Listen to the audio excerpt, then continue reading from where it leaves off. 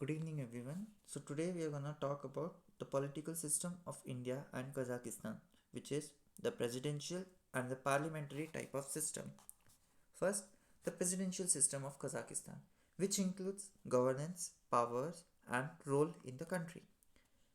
Kazakhstan has presidential type of system where it is a presidential republic where the president holds the highest position of power.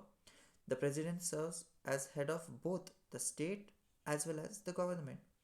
The system gives president extensive powers over the government, military and foreign policy. Structure of Kazakhstan's government. Kazakhstan has a unitary state system with a bicameral legislature and an independent judiciary. The president has considerable power over the legislative, executive, and judicial branches.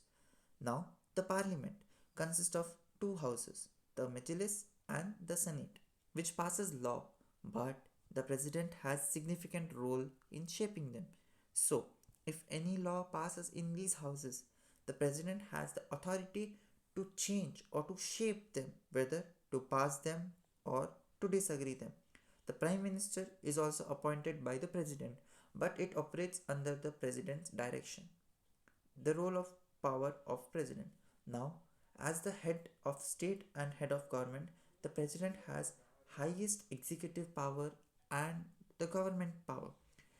It has the power where he can appoint the prime ministers, and other key government officials. The president has the power to appoint commander in chief for army forces, national defense. They also have represent Kazakhstan internationally in foreign affairs, treaties, agreements.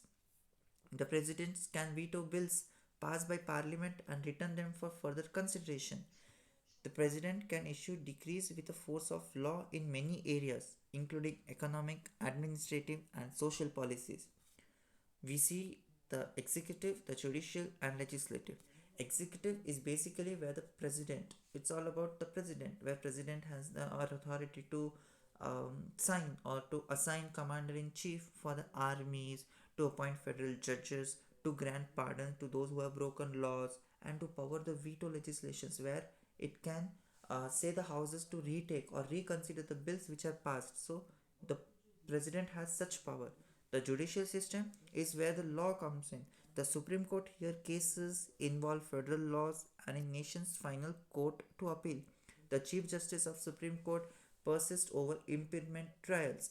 The legislative. It is the house which creates law, which can declare war. The Senate has the power to sign treaties by the president. Senate may give its consent to the president's appointment of federal judges, ambassadors, and head of executive department. Now we'll see how the elections are held in Kazakhstan. The president is directly elected by the people in Kazakhstan every 7 years. So we can say the president is directly selected by the people, which means the people are selecting a single person who has the whole power and who has the power later to appoint. So they are directly selecting or directly electing a single person who will hold the government. So it is like you're showing a direct face of the governments. Any citizen over the age of 40 who has resided in Kazakhstan for at least 15 years is eligible to run this position. Excuse me. The candidate must receive more than 50% of the vote to win. If no candidate achieves this, a second round of voting is held.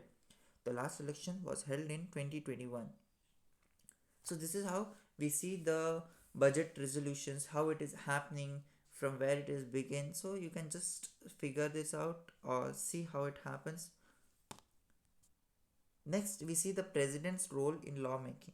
The president plays an active role in legislative processes like propose laws and policies, issue decrees that have the force of law, has veto power, which we have already discussed.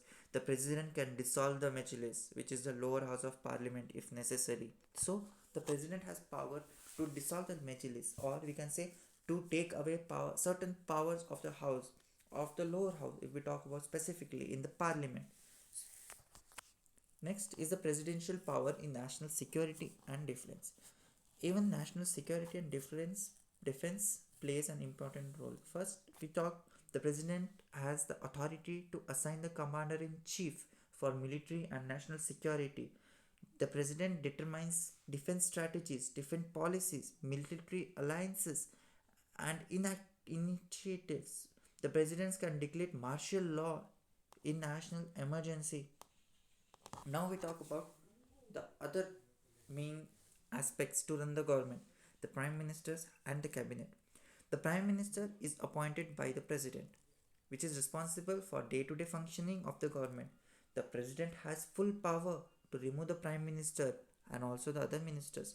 The cabinet of ministers appointed by the president implements the president's policies and laws.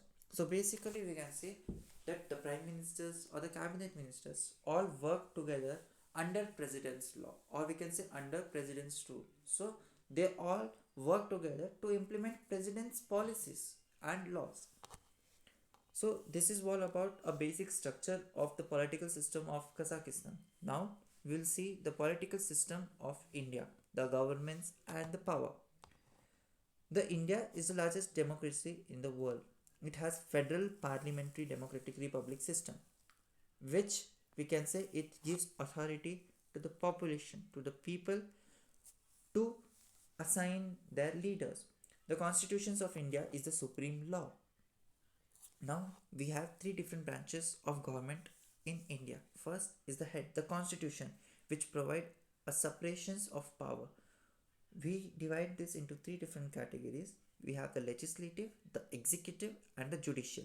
The legislative is all combine the Lok Sabha and Rajya Sabha, which includes the Prime Minister. Legislative is mainly to make laws.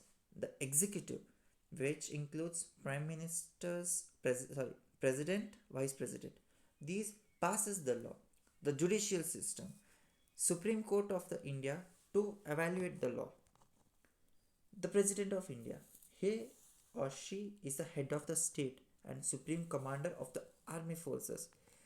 The president is elected by an electoral college for a 5-year term and has mostly ceremonial power. So, as we discussed in Kazakhstan's political system, the president has executive power, whereas the president of India has ceremonial powers, whereas it is limiting the power of president in the constitution of India. Now we'll talk about the parliament. It has bicameral structure. We have Lok Sabha, Rajya Sabha. Lok Sabha is also called the House of People, Rajya Sabha, Council of States. Lok Sabha, they are like directly elected by the citizens for 5 years, whereas Rajya Sabha members, they are elected by state legislatives. Parliament of India has that's what we discussed now, Rajya Sabha and Lok Sabha. Now the Council of Ministers, there should be no, Rajya Sabha contains 256 or 250 members, whereas Lok Sabha has not more than 545 members, which are in Rajya Sabha. 12 are nominated by the president, which has we can say a good name in the society, or which have contributed in development of many fields, maybe in the field of science, art, etc. And other 238 members are representatives of states and union territories, whereas the people of Lok Sabha, 530 members are elected by people and 2 nominated by Anglo-Indian representatives, whereas there are 13 from union territories.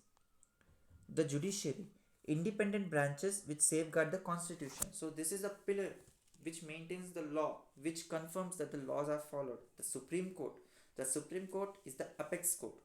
Judicial review powers to validate unconstitutional laws. So we can say all the power regarding the law is under the hand of Supreme Court. They hear cases and give verdicts based on the constitution or based on the punishment in the IPCs, etc. We all know about it. In last, India's political system balances power across branches. It ensures democracy, rule of law, and fundamental rights. Challenges include corruption and political instability. So this is a basic idea of political system in Kazakhstan and in India. Now we will just compare both of them.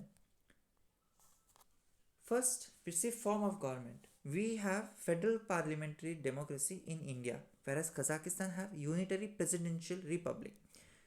The president is the head of the state in India. mostly the ceremonial role, whereas Kazakhstan, the president has the executive authority. President is also the head of the government in Kazakhstan, whereas in India, the prime minister is the head of the government, which is it the executive authority. Next, both of them have bicameral law structure.